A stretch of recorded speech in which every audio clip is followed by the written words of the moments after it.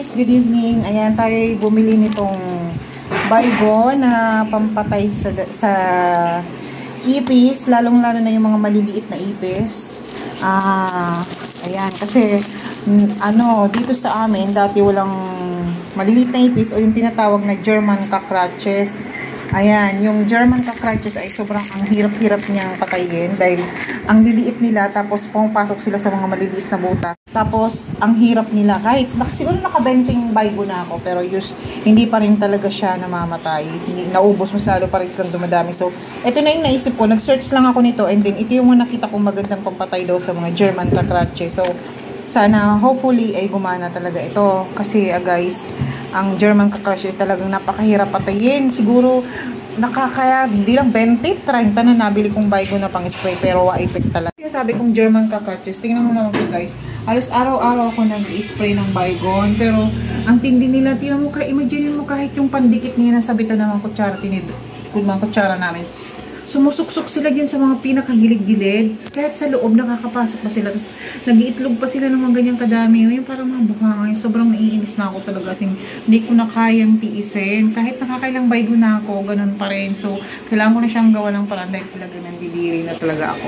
So, ilalagay natin to sa mga sulok-sulok na kung saan doon sila nag-i-stay. Ang purpose nito guys is may butas to sa dalawang parte. So, may butas to. Dito papasok yung mga German cockroaches. Tapos, kakainin nila to. And then, lason yun. Ngayon, mamamatay sila or babalik sila sa dating nilang titirhan. Tapos, kakainin sila ng mga buhay pang mga cockroaches, mga ipis, and then, pati sila malalason. So, this is good for 3 months ay nakalagay dito. Convenient killing action for 3 months. Medyo pricey siya. Mahal siya. 300 plus. 326. 300. Kalimutan ko na yung price. Asa na ba yun? Basta 300 plus siya. And then, hopefully, gumana talaga. Talagang ayoko na. Then, napasok sila kahit sa mga sulok-sulok, mga cabinet, appliances. Grabe. I can't imagine pati appliances pinapasok nila. Ito.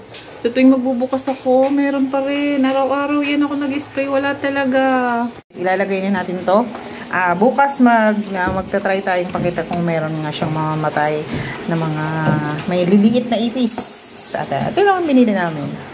Ayan. Sana makatulong ito sa inyo sa pagsupuli ng mga German cockroaches na yan na sinasabi. Kanila guys, kasi pumapasok sila kahit sa mga sakit.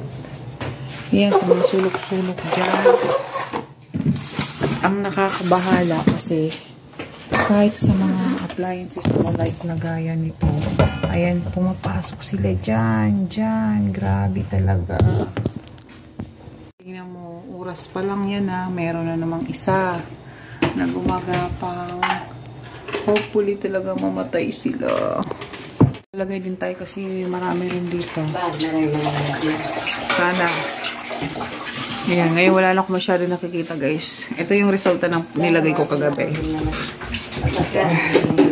Ayan kusa na silang namamatay. Dikitan natin itong double-sided tape. Kasi maliit lang nilagay nila. Pwedeng matumba pa rin. Maganda gamitin to kasi hindi tayo masyado makaka-inhale ng mga kaysa sa pang spray. Ito hindi natin maamoy. Kapag nakakain na sila ng laso na pagkain, ayan, hindi na sila masyadong nakakalakad. Ayan, bagal-bagal na lang unlike na hindi pa nakakain, sobrang bilis nilang tumakbo. Pero this time, ayan, kaya mo, nanghihina na sila hanggang, magiging, titihayin na lang sila mamaya, gaya ito. Ayan. Iwas sa chemicals, sa amoy. Ayan. Ito lang siya guys, bukan nyo lang to, tapos tingin nyo para mas marami kayong mapaglalagay. Tapos lagyan natin ang double-sided tape. Yan. Yan. Okay na. Ilagay nyo nga ito sa kwarto mo, doon sa ilalim ng kama, para walang ipis na pumunta doon. Iganon mo lang ito. Doon sa hindi mo sa pinakagilid ng bed mo. Ito ilalagay ko sa higaan mo. Okay na yung buhay. Ayan na guys, tingnan nyo. Dati bawat pagbukas ko ng cabinet namin, may nalalaglag na mga ipis dyan. Tapos may mga gumagapang dyan. Ngayon, Wala na, awa ng Diyos. Ayan, di ba? Pag nag-open na ako ngayon, wala na siya. Unlike dati sa mga una kong video, makikita mo yung paggapang nila. Ayan, di ba? Wala na siya. Oh.